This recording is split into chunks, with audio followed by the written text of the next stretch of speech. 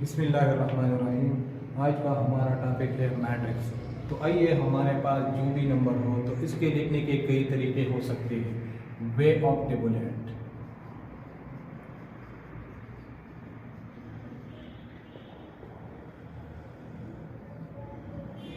One two three four, इसको हम इस तरीके से भी लिख सकते हैं और इसको मैं वन टू थ्री फोर इस तरीके से भी हम इसको लिख सकते हैं।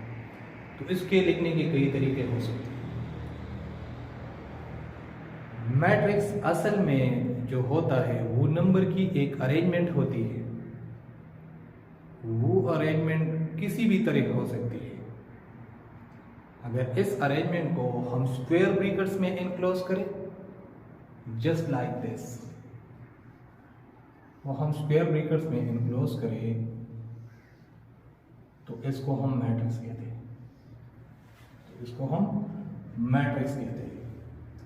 तो और इस अरेंजमेंट को एक ख़ास नाम देते हैं। इसका अरेंजमेंट को हम एक ख़ास नाम देते हैं rectangular array. Rectangular array of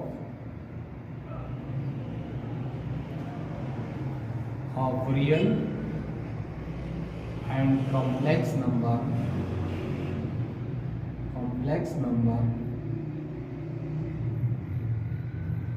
is called matrix.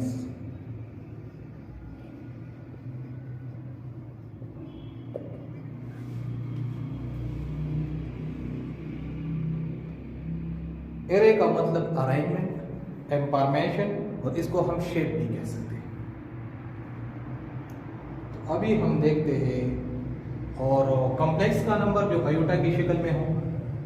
अभी हम देखते हैं कि मैट्रिक्स के कितने पार्ट्स होते हैं। तो मैट्रिक्स के पार्ट्स ऑफ मैट्रिक्स।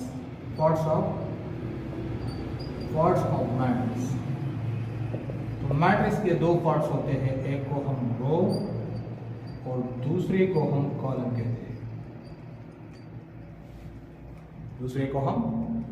कहते हैं। रो का मतलब हॉरिजॉन्टल अरेंजमेंट,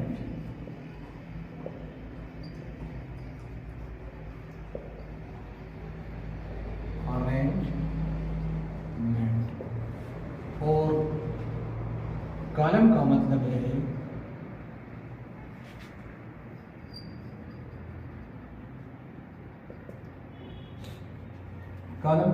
है वर्टिकल अरेंजमेंट।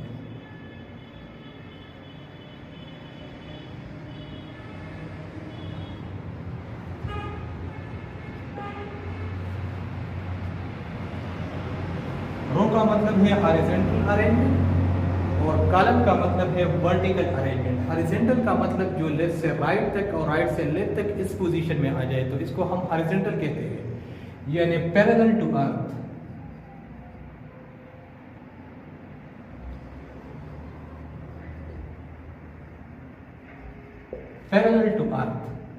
और वर्टिकल का मतलब है जो अप से डाउन तक या डाउन से अप तक इस पोजीशन में आ जाए तो इसको हम वर्टिकल कहते हैं, यानी perpendicular to earth.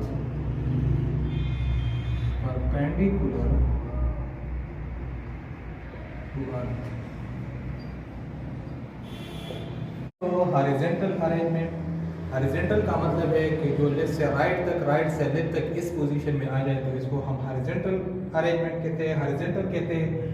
Horizontal arrangement का मतलब है कि पैरेलल टू अर्थ, जो अर्थ की पैरेलल है। और दूसरे नंबर पर कॉलम है तो वर्टिकल अरेंजमेंट। वर्टिकल का मतलब है जो अप से डाउन तक या डाउन से अप तक इस पोजीशन में आ जाए तो इसको हम वर्टिकल कहते हैं। तो वर्टिकल अरेंजमेंट का मतलब है कि परपेंडिकुलर टू अर्थ, जो अर्थ की परपेंडिकुलर हो।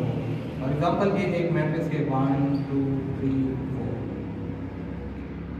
इसमें ये कॉलम 1 और ये कॉलम 2 जो वर्टिकली आया है तो इसको हम कॉलम कहते हैं, और ये 1 2 जो इसको हम हॉरिजॉन्टली आया है तो इसको रो 1 और इसको रो 2।